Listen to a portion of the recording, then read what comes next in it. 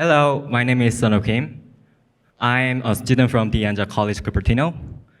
I was a Google Summer Code contributor this last summer working on new JIT infrastructure in LLVM.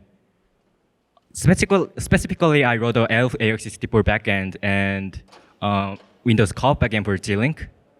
And JITlink massively enhanced Windows COFF support in LLVM JIT API.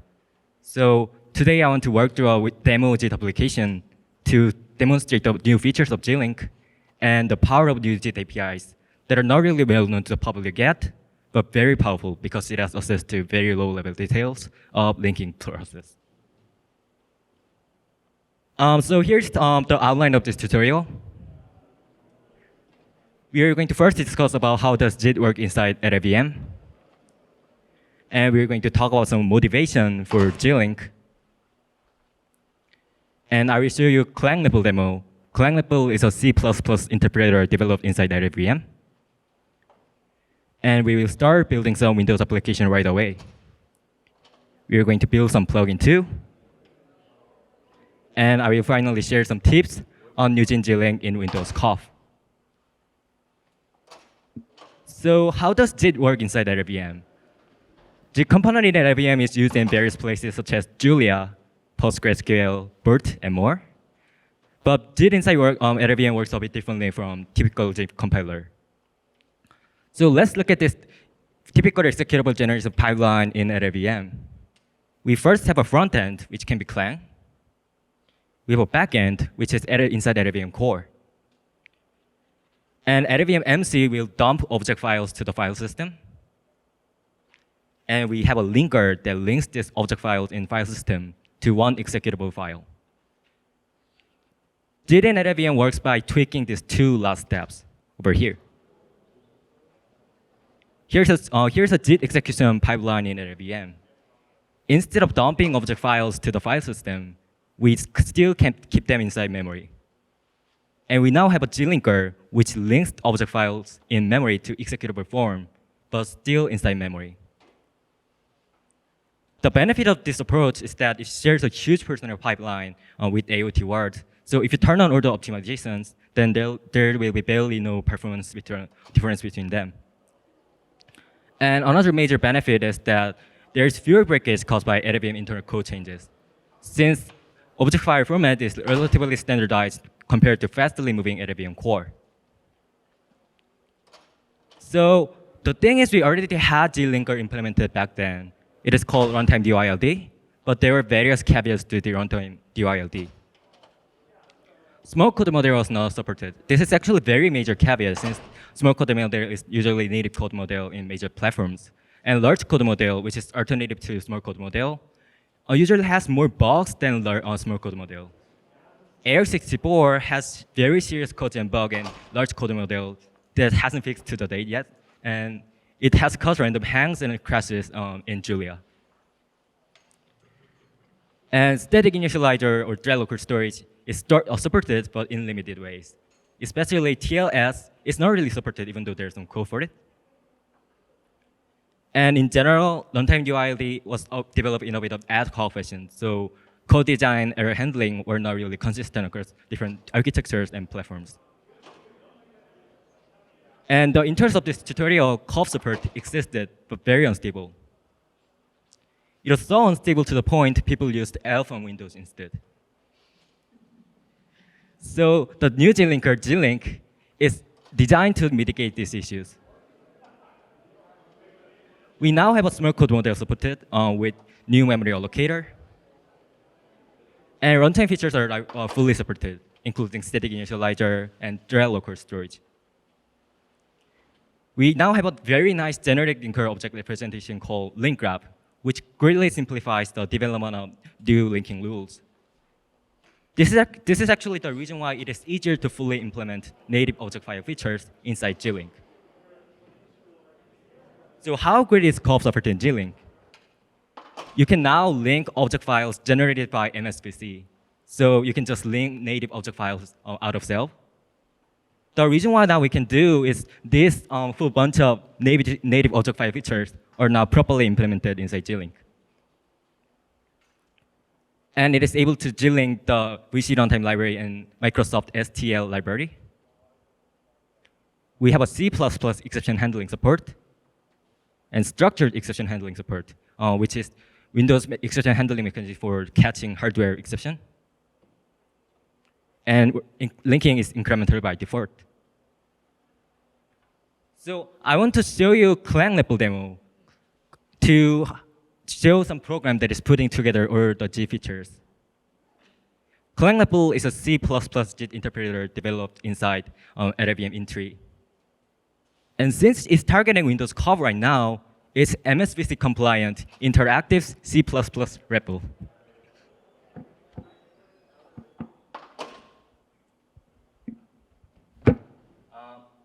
So let me show you right here.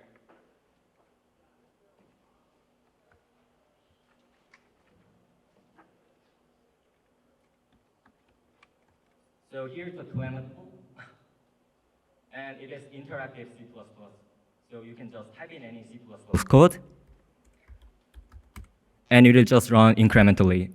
I just included stdio.h. So now what I can do is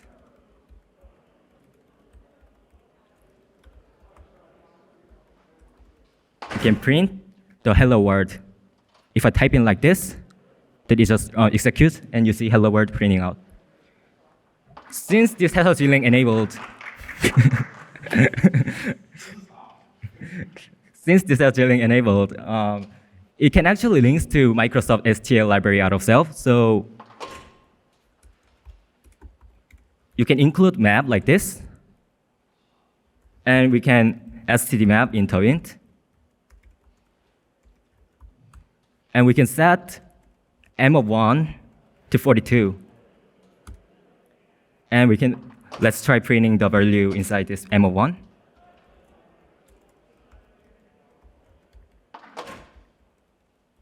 Then this must print the m of 1 is equal to 42, which we see right over here.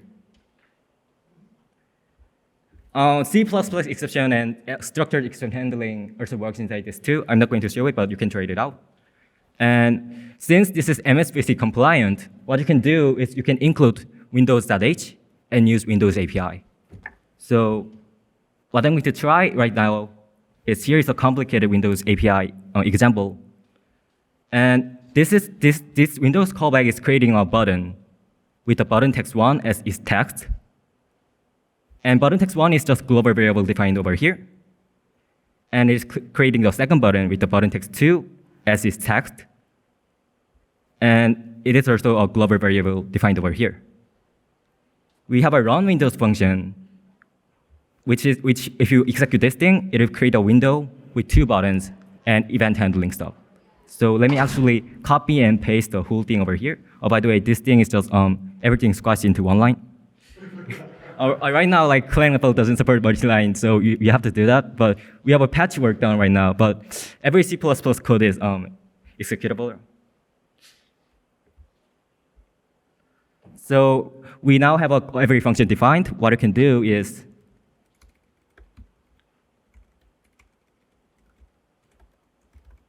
we can run Windows function like this, and you see one Windows popping up right over here. And it consists of 2 buttons with beep and ring. If you click on beep, then you can see bottom there it is printing beep. And if you click on ring, then it prints ring like this. Something I want to try is that since these buttons are created using this global variable, if you change this global variable, then button text will be changed. So let me actually try changing this button text 1.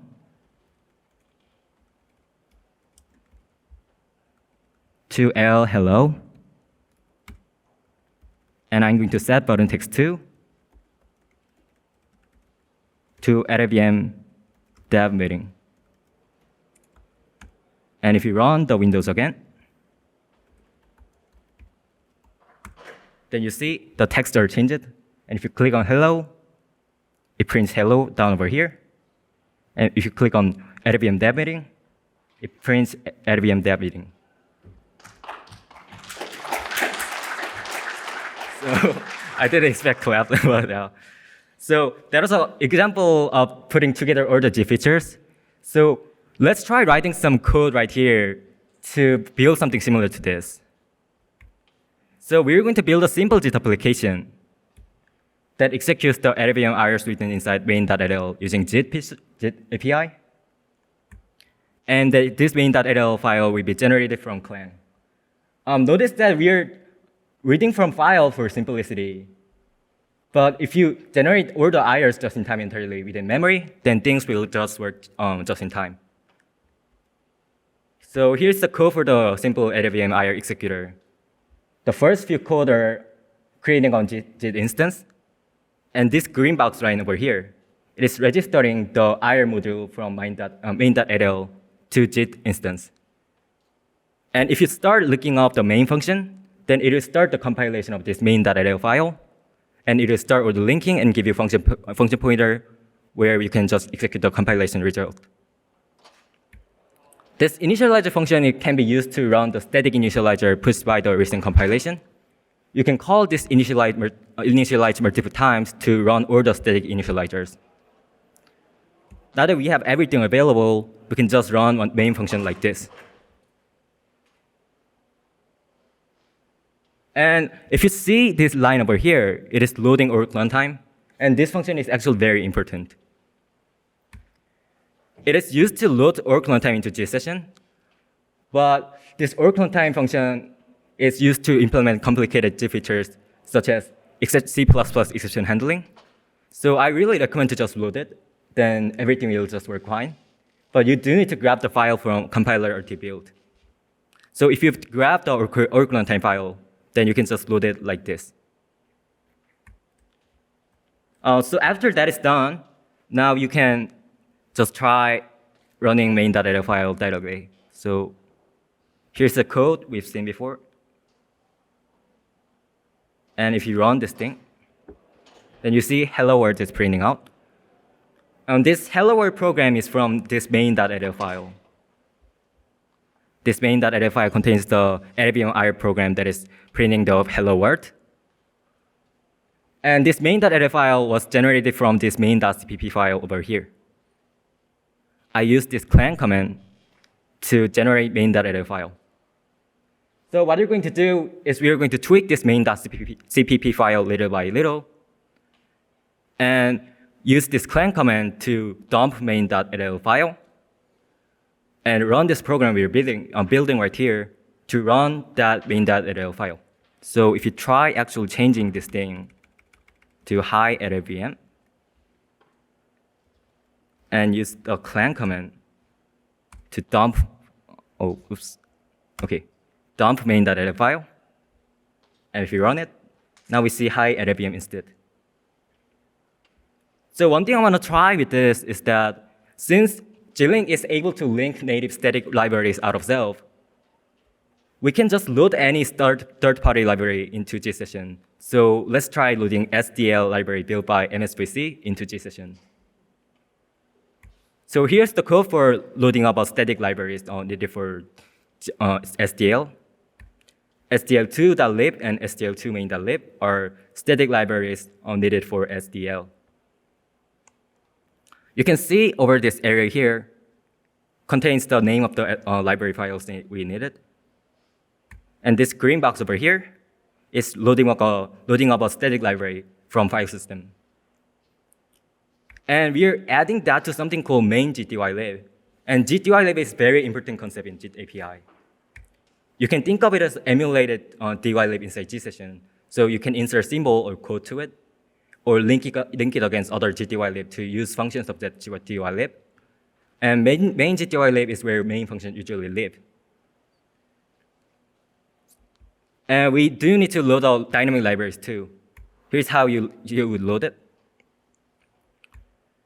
SDL2.dll is dynamic library needed for SDL. And user32.dll and share32.dll is for Windows API. This thing over here is creating another JITlib, which is JITlib is an emulated dylib inside JIT session. And we are adding DLLs loaded out from file system to that JITlib. Finally, we are making connection between main JITlib, where main function lives, to the JITlib we just created, where all the DLLs are loaded up. So if you've done this thing, then you can run pretty much every STL example. So here's the code we've looked into before. We are also loading up some OpenGL DLL since we want to use GPU. And for main.ll file, I'm going to use this complicated STL example.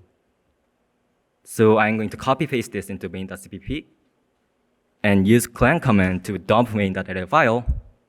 And we are going to execute that main.ll file using the program we're building right here. So if you run this thing, it takes some time to compile. We see this fancy demo running right over here. So there is a shader I got from a site called ShaderToy, and it is using GPU for rendering this thing. But you can see that it is able to just load up a SDL library I got from official website and just link everything perfectly. Without JITlink before, linking the static library like this didn't really work. It worked, but you have to tweak some library to fit into that. But now, since JITlink is able to just link any native object files, you can just download the lib file from official website and just load it, and things just work like this. So that was a basic but fundamental example of how to use JITlink and new JIT APIs. So I want to move on to something more advanced than this, but let's talk about some background information first. So let's talk about some overview of JITlink. So we have different architecture formats, and we have different architectures.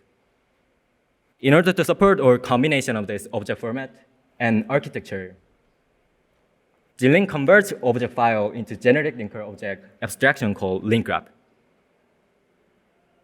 And then it performs generic memory allocation, symbol resolution, as described inside this link graph. And finally, it performs the architecture-specific allocations as needed. So you can ignore all these details. You can only focus on this new data structure called link graph. This is how link graph actually look like. We have a blocks which represent a chunk of bytes. It can be either code or data. We have a symbol that is exporting this block as a name message. And we have an edge that is patching through the part of the instruction to point at the target symbol. So in this example right over here, it is patching this move instruction to point at the address of the message symbol.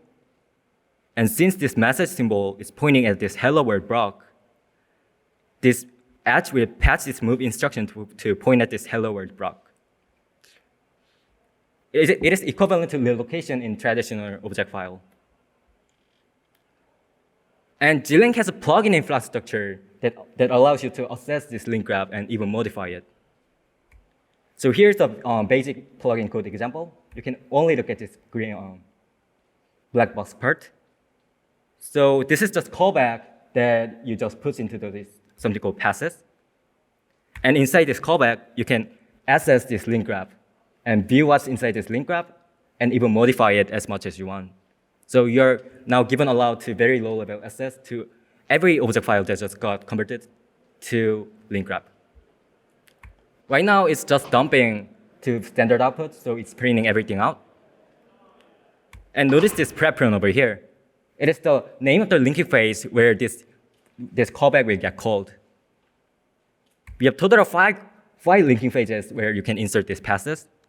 And preprune is the first stage of the linking pipeline. So it's where object files just get converted into link graph. So if you actually tried it out, here's the code we discussed before. And let's just run the thing right over here.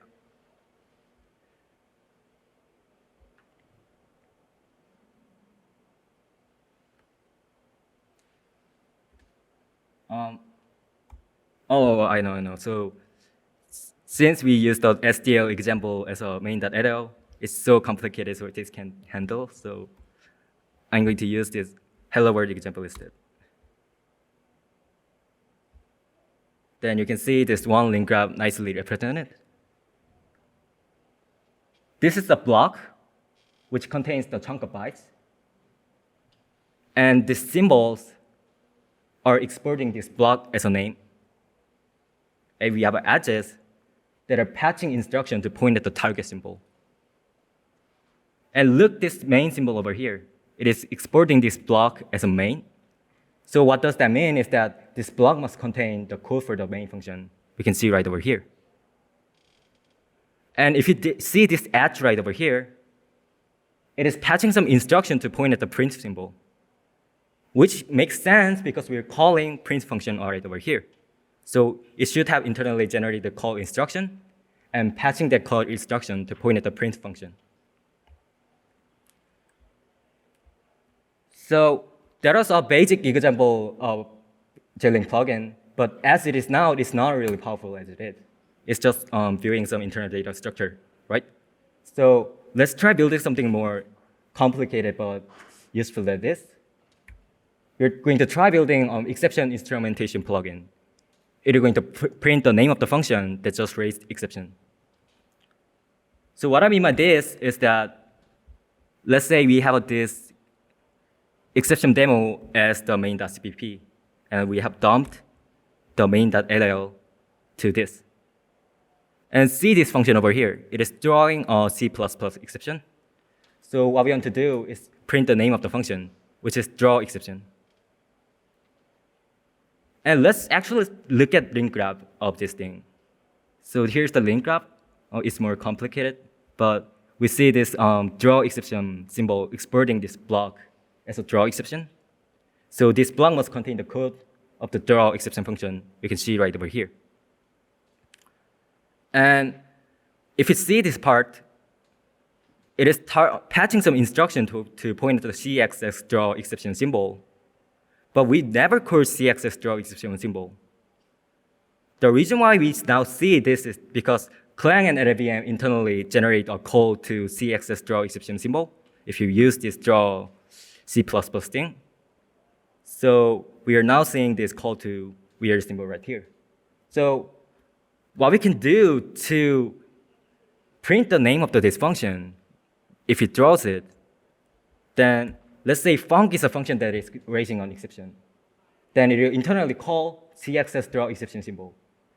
Since JITlink has every information available for this, we can swap this into trampoline. And trampoline will just save register and call draw intercept function, which will be defined by us.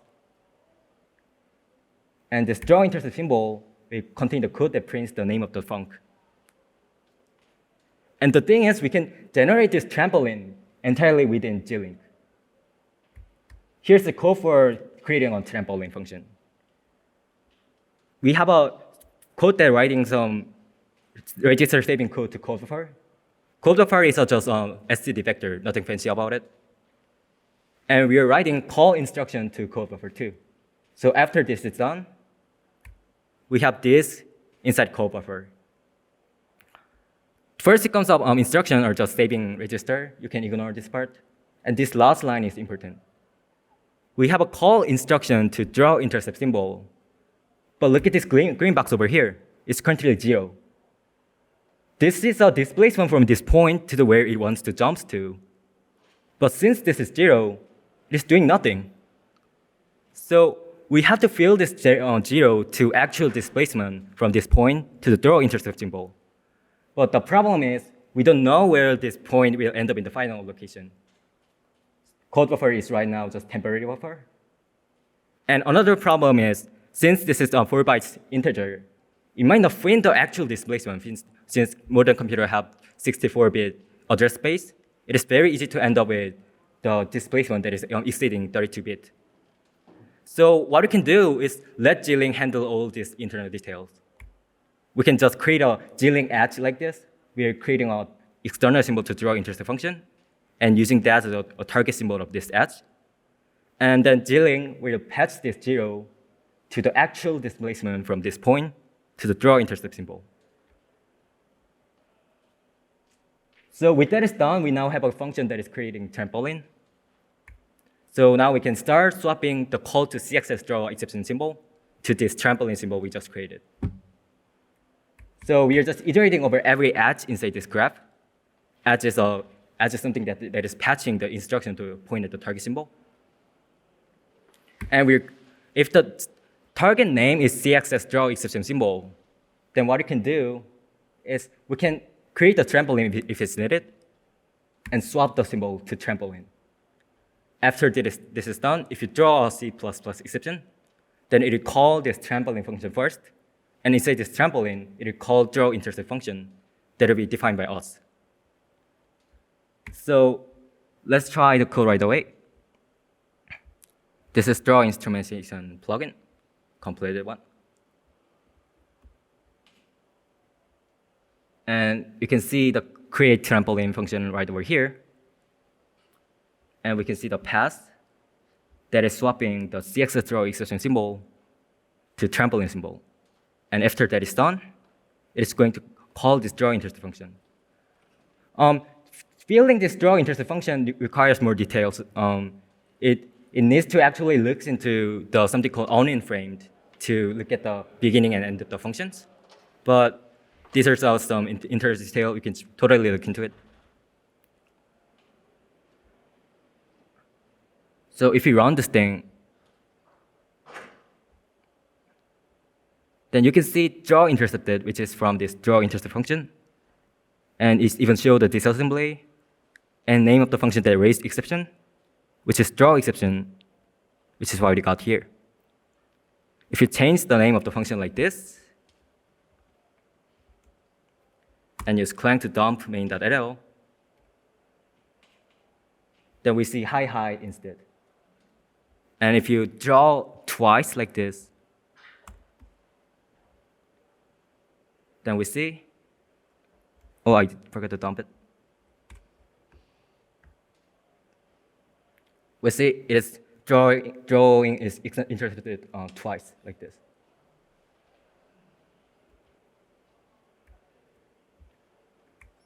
So that was demonstration of a very complicated JITlink plugin.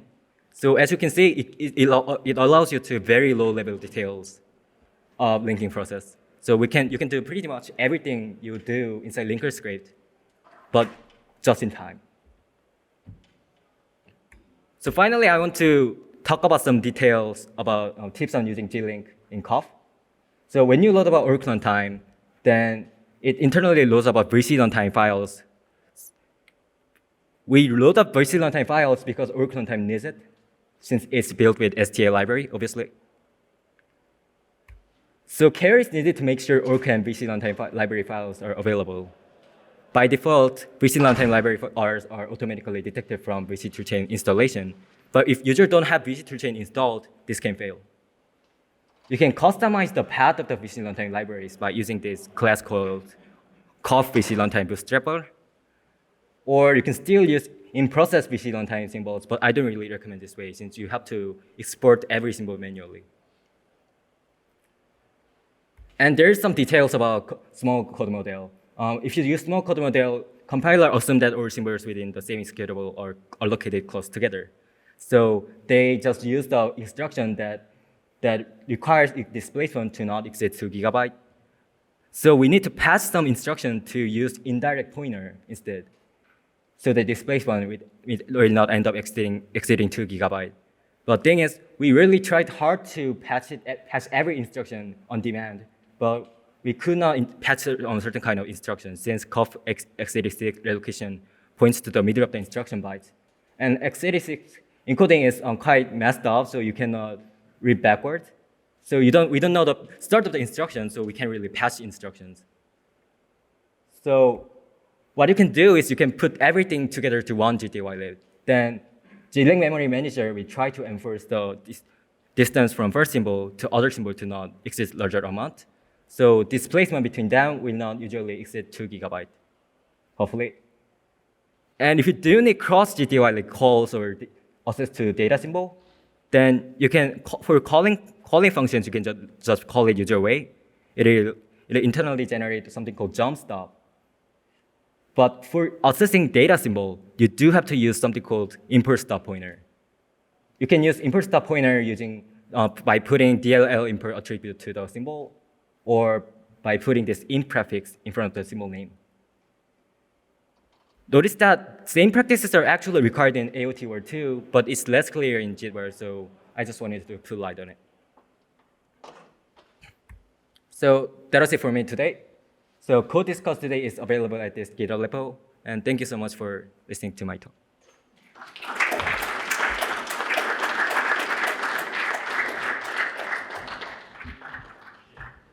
So if there's questions, please, you can line up at the mic there, either mic in the audience.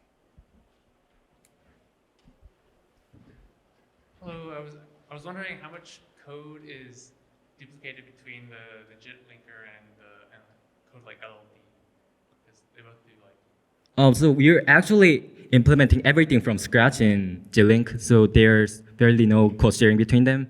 But what JITlink developers do, I actually look into LLVM source code and try to figure out what's going on if there's some undocumented features. So there's currently no code sharing going on between them, but I believe we might be possible to make it, but at this stage, I think it's too late.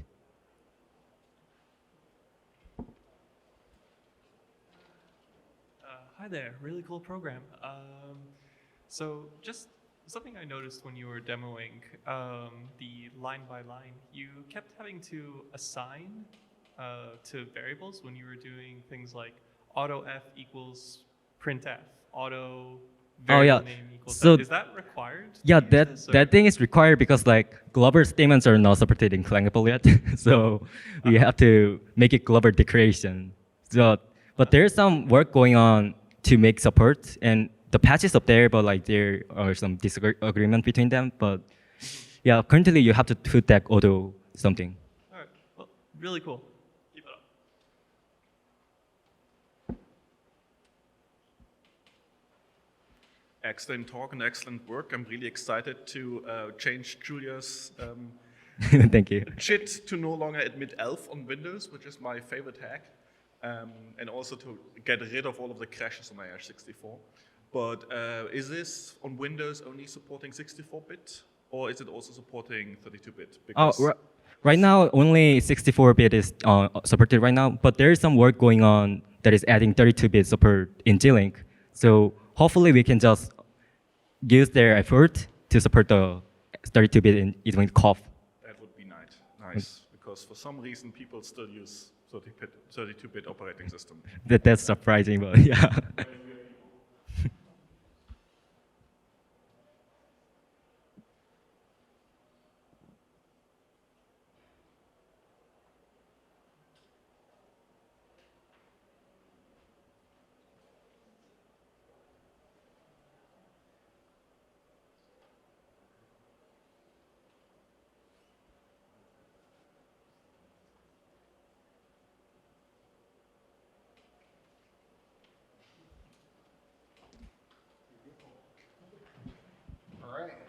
Thanks very much to Sunho. And the next talk is, actually the next thing that's happening is the sponsor meet and greet, which I think starts at 3:30.